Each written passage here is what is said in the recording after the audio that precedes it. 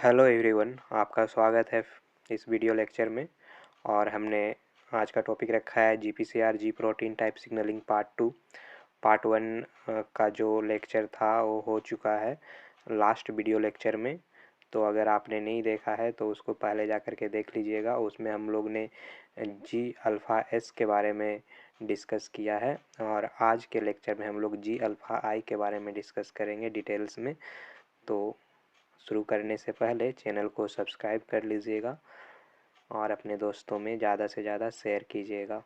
तो चलिए शुरू करते हैं। जो जी अल्फ़ा आई है, जी अल्फ़ा इनहिबिटरी सिग्नलिंग, जी अल्फ़ा आई को हम लोग जी अल्फ़ा इनहिबिटरी सिग्नलिंग भी बोलते हैं। तो इस सिग्नलिंग के लिए कौन सा सिग्नल जिम्मेदार होता है? Acetyl Colin signal. ठीक है, जो एसिटाइल कोलिन सिग्नल होता है वो दो रिसेप्टर्स को, लगभग दो टाइप के रिसेप्टर्स को एक्टिवेट कर सकता है। ठीक है, acetyl choline activate two type of receptor. तो एसिटाइल कोलिन का जो सिग्नल है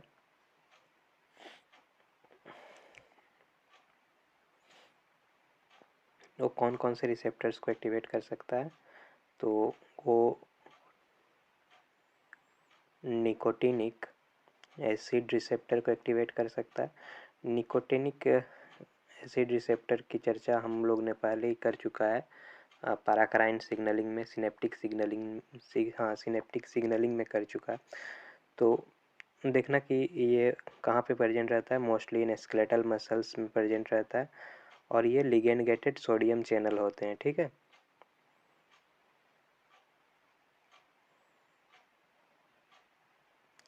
और दूसरे टाइप का जो रिसेप्टर होता है एसिटाइल कोलिन सिग्नल के, होता है मुस्कुरानिक एसिड रिसेप्टर। ठीक है,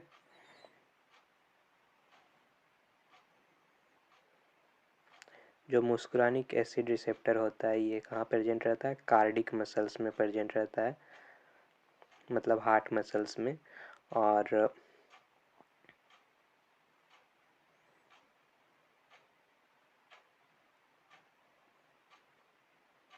और ये क्या होते हैं? जीपीसीआर जी प्रोटीन कपल्ड रिसेप्टर होते हैं।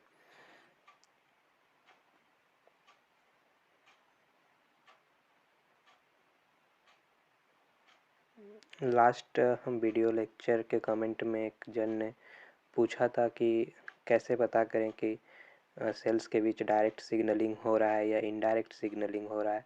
तो इसके जानने के लिए एक मेथड का यूज होता है। तो जैसे कि ये दोनों सेल हैं, दोनों सेल के बीच में हम लोग क्या रख देते हैं? Gel blocker. ठीक है, जेल ब्लॉकर मेथड टेक्निक के थ्रू पता कर सकते हैं कि इनडायरेक्ट सिग्नलिंग हो रही है डायरेक्ट। तो अगर जेल ब्लॉकर दो सेल के बीच में रख दिए हैं फिर भी सिग्नलिंग हो रही है दोनों सेल्स में और रिस्पॉन्स आ रहा है, इसका मतलब इनडायरेक्ट सिग्नलिंग हो रही है। और अगर दो सेल्स के बीच हम लोग जेल ब्लॉकर को रखते हैं और सिग्नलिंग रुक जाती है, रिस्पॉन्स रुक जाता है सेल का, तो इससे हमें ये पता चलता है कि उन दोनों सेल के बीच डायरेक्ट सिग्नलिंग हो रही है। ठीक है,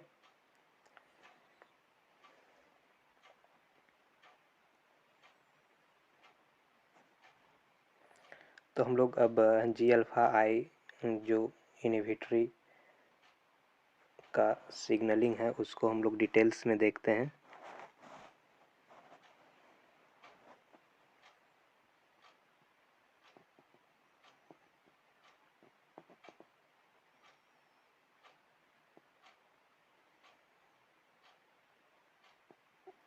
तो ये रहा हमारा प्लाज्मा मेम्ब्रेन।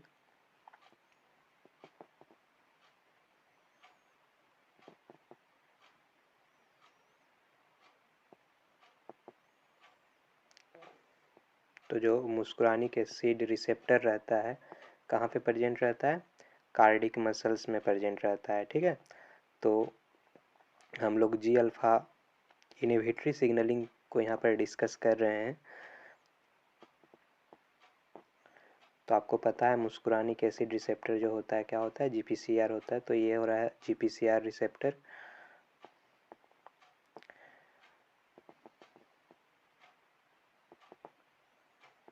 ठीक है, इसे मुस्कुरानिक एसिड रिसेप्टर भी बोल सकते हैं। और ये रहा हमारा जी अल्फ़ा आई, उसके साथ बीटा एंड गामा। ठीक है, ये अभी इनएक्टिव स्टेट में है, ये जीडीपी बाउंड है। ठीक है, जैसे ही सिग्नल आता है,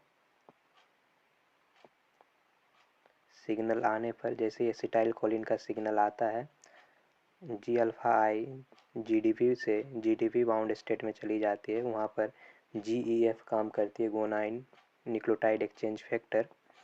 ठीक है, इस तरह से हमारा जो जी अल्फ़ा आई है एक्टिवेट हो जाता है। और आपको पता होगा, हमने पहले ही डिस्कस कर चुका है, जैसे ही जी अल्फ़ा आई एक्टिवेट होती है तो क्या करती है, सबसे पहला काम एडिनाइल साइक्लेज को इनहिबिट करती है। ठीक है, तो जी अल्फ़ा आई क्या कर रही है, एडिनाइल साइक्लेज को इनहिबिट कर देती है। तो एडिनाइल साइक्लेज क्या होगा, वो सीएमपी का प्रोडक्शन नहीं कर पाएगा। अब इसके बाद जब जी अल्फ़ा आई से बीटा एंड गामा डिसोसिएट हुए थे, तो बीटा एंड गामा यहाँ पर एक फंक्शन प्ले करती है। ये आप देख रहे हैं, मैंने एक चैनल बनाया है, तो ये चैनल बीटा एंड गामा सब यूनिट के कारण बनता है। ठीक है,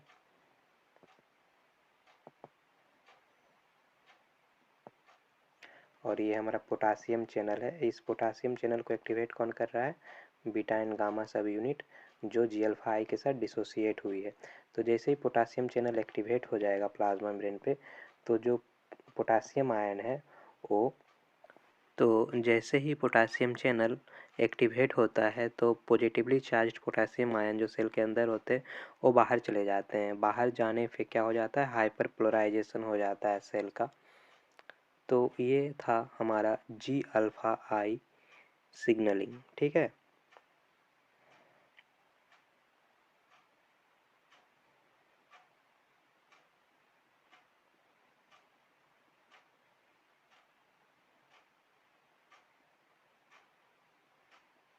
अब चलते हैं हम लोग एपिनेफ्रिन सिग्नल जो होता है। ठीक है, एपिनेफ्रिन सिग्नल क्या करता है, स्टिमुलेट करता है जी अल्फ़ा एस, हाँ, जी अल्फ़ा स्टिमुलेटरी को।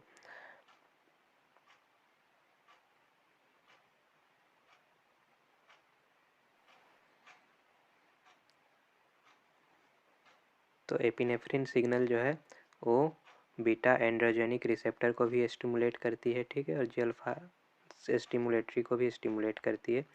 तो जो बीटा एंड्रोजेनिक रिसेप्टर जो स्टिमुलेट होता है, कब होता है, फ्लाइट सिचुएशन के दौरान, फ्लाइट या फाइट सिचुएशन के दौरान एक्टिवेट होता है।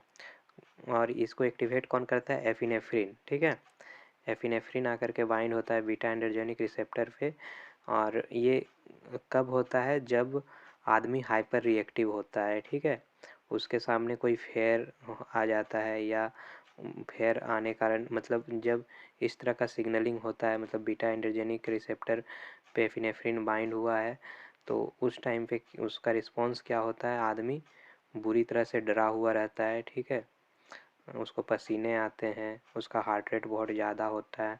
ठीक है, वो हाइपर रिएक्टिव हो जाता है आदमी। ठीक है, तो ये सब होते हैं किसके कारण, बीटा एंड्रोजेनिक रिसेप्टर के कारण। ठीक है, तो इन सब को ट्रीट करने के लिए, मान लेते कोई आदमी हॉस्पिटल में है, उसका सर्जरी होने वाला है, तो आदमी डरा हुआ रहता है। ठीक है, तो उस आदमी को डॉक्टर बीटा ब्लॉकर देते हैं। इससे क्या होता है, वो आदमी का डर चला जाता है। ठीक है, फिर वो आदमी क्या, वो शेर से भी लड़ लेगा। ठीक है, तो बीटा ब्लॉकर क्या करता है, रेगुलेट करता है रेस्पॉन्स को। तो बीटा ब्लॉकर क्या है, एंटागोनिस्ट एफिनेफ्रिन का। ठीक है, एफिनेफ्रिन एफिनेफ्रिन मतलब एंटागोनिस्ट क्या करता है, जो ये सिग्नल होते हैं उसको ब्लॉक करने का काम करता है, block signal molecule function.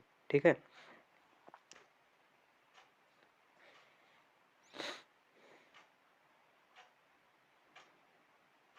Beta blocker क्या करते हैं, इनहिबिट एफिनेफ्रिन, एफिनेफ्रिन को इनहिबिट कर देंगे तो सिग्नलिंग नहीं हो पाएगा बीटा एंड्रोजेनिक रिसेप्टर का, वो रिस्पॉन्स ही नहीं दे पाएगा। तो फिर आदमी को डर कैसे लगेगा, नहीं लगेगा डर। तो ये था हमारा एफिनेफ्रिन सिग्नलिंग के बारे में थोड़ा सा, इसको याद रखिएगा। अब आ जाते हैं एक डिफरेंस बताते हैं आप लोग को एगोनिस्ट और एंटागोनिस्ट के बीच। तो सबसे पहले एगोनिस्ट के बारे में जानते हैं। एगोनिस्ट क्या होता है कि ये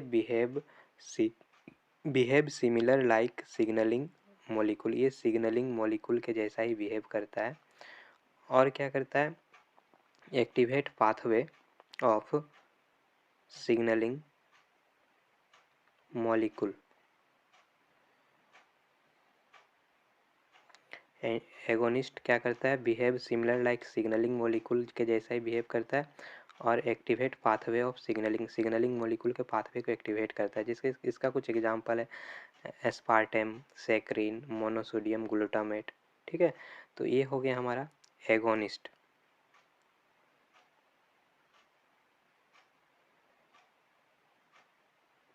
और एंटागोनिस्ट जो है उसका मतलब क्या होता है कि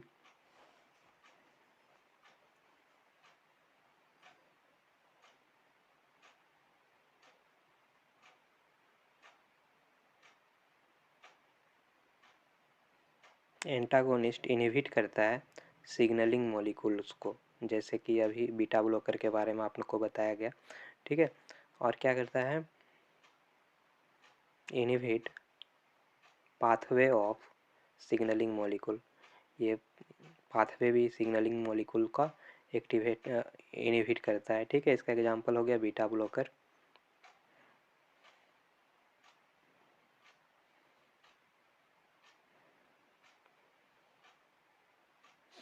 तो ये था हमारा आज का क्लास।